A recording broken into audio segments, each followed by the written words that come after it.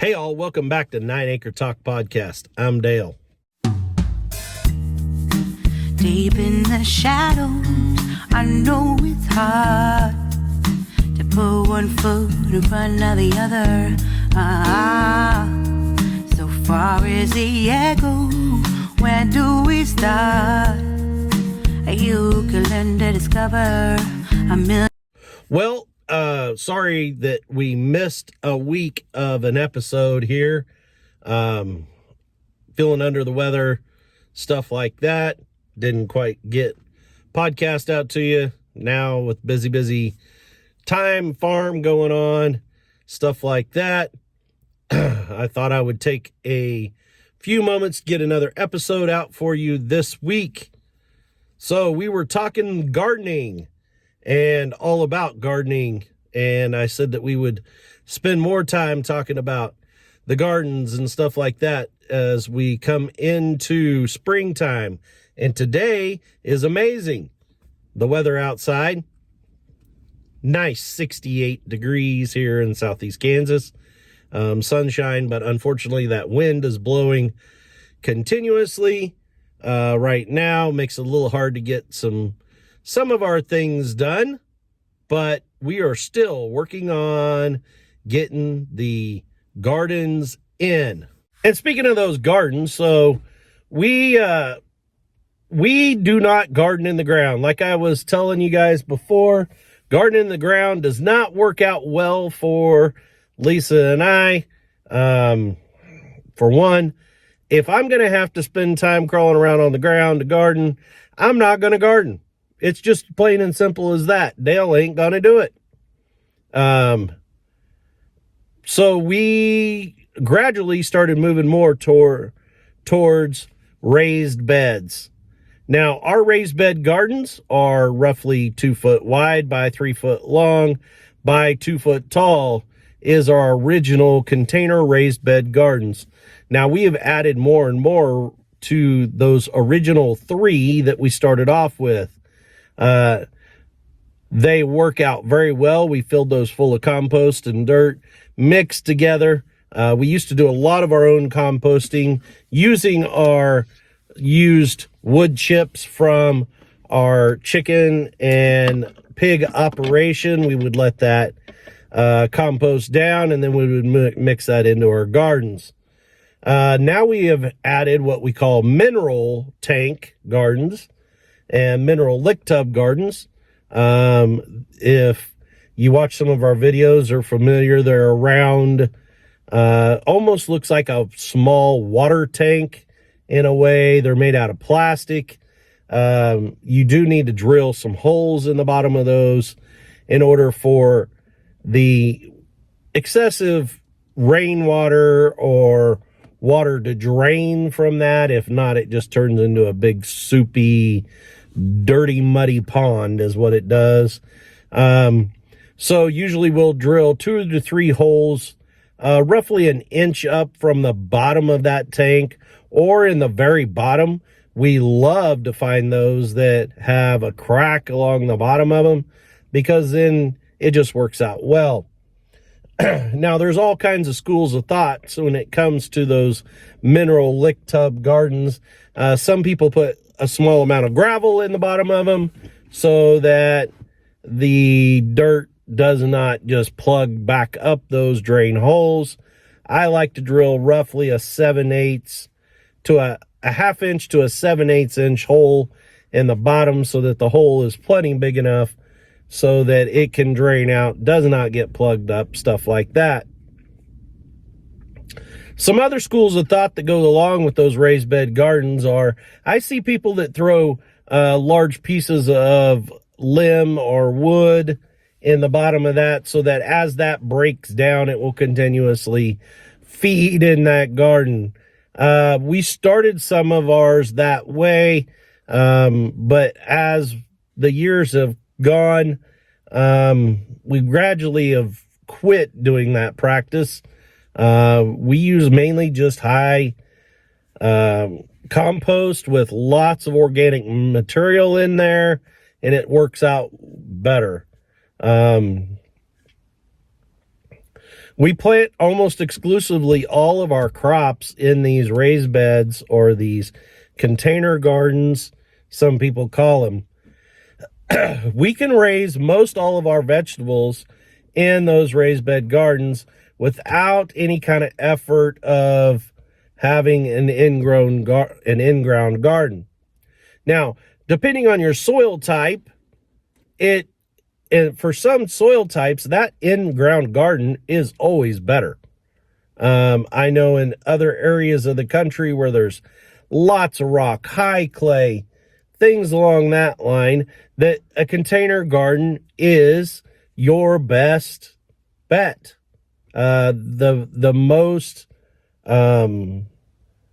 growth that you could get out, the most potential for your garden is in that raised bed. I know our friends in the Ridge in Arkansas, White Rock Homestead, they use exclusively container gardens because their place is pretty much made up of rock and clay, and it's on a ridge side. It's,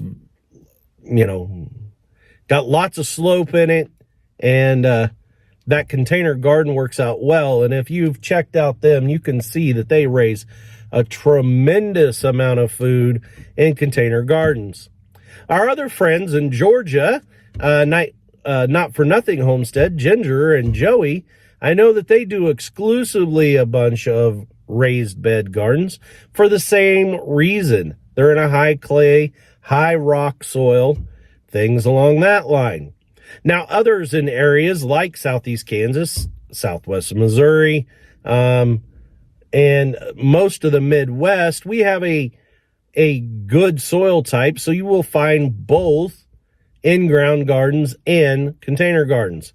Container gardens are a great answer for those of us who don't want to bend over, don't want to spend a lot of time kneeling, squatting on the ground, crawling around. It also works out better for the weed control, those pest controls as far as weeds, as far as a pest goes.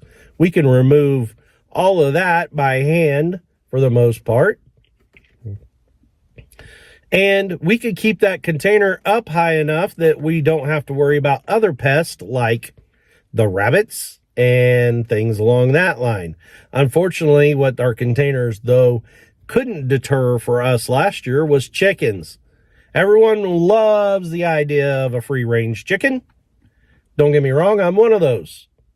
But a flock of free-range chickens in your garden equals no longer having a garden, because they see it as food, and this nice fluffy dirt works really well to dig and make a dust bath out of. So if you have free-range chickens, you may want to build a fence to fence your chickens out of your garden. Now, that raised bed garden, we like to use a balance of about 60% soil and 40% compost. Now, you can either make your own compost, or you can buy the bought and pre-bagged compost, and we've done some of both on our farm. It makes it a little harder if you don't have the ingredients to make your own compost, and there's thousands of videos and books and you name it out there on compost and all the different ways that you can dig or build your own compost. And there is nothing better than building your own compost, don't get me wrong. Now, that 60-40 divide we like to have happen within the top 3 to 4 inches of that soil. We want that to be the majority of our compost. Everything below that, we want that 60-40 mix. Now, what all can you plant in those? Well, first of all, you needed to decide in what area that you want that garden to be. Is it going to be full sunlight? Is it going to be partial sunlight? Are we going to have some of each? Are we going to set it up so that it it achieves natural drainage, natural watering, natural sunlight. Are we going to put it in the shades of the tree? Are we going to put it outside of the door on our porch? All that is capable with using a container garden. Now, what all are we going to plant in those container gardens depend directly on if they are in direct sunlight or if they are in partial sunlight. So we direct sow in those gardens. We also start plants and plant starts in those, both. We've raised everything from kale to corn to squash to spinach and beans, carrots, potatoes, you name it. We raised in container gardens. Now, all of those have done well in those containers. I encourage each and every person that if you haven't started gardening, that's where I would start. Before you go out digging up part of your yard to put in a garden, start a container garden or two. And the big thing about gardening is raise what you're going to eat. Just because it's cool that Karen down the street raises arugula or raises beets, and you don't eat either one, have never even tried it in your life, doesn't mean that you go plant a whole bunch of it in a container garden just to find out, I don't like beets. Arugula and I don't get along. It's rude, I don't like it. Or something along that line. I know of people that they garden, they plant tons of tomatoes. They don't even like tomatoes. But that's part of gardening. Let's plant some tomatoes. Why are you planting something that you don't like? Don't waste your time with things like that. You know, as each and every one of us will discover as we start our gardening journey, the whole purpose in gardening is to get out and get you that vitamin D and put something nutritious on your table. Now, either you can eat that as fresh or you can store that up for later, which we will get into in the next time we talk. But the simple matter of it is, if you haven't start this year. This time of the year, get that raised bed set out there. It could be containered pots and plastic totes that you picked up at the Salvation Army or at some yard sale and started on your back porch.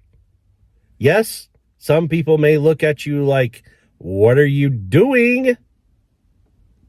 But when you raise something yourself and eat it yourself, you know what it has went into it. You know how it was treated. You know if it's had pesticides sprayed on it. You know if it's had any chemicals sprayed on it. You know what it was fed. You know if it was subject to anything harmful. And the joy it gives you from raising your own food makes it self-sufficiency at its finest. Nothing more reassuring than the fact that you can plant something and raise it yourself and grow food to feed your family than to have that be successful in your life. One more thing to add to the arsenal known as a self-sustaining farmer. You know, till next time, farm on. Keep strong. I love you. So does God. Deep in the shadows, I know it's hard to put one foot in front of the other. So far as the echo, where do we start? You can learn to discover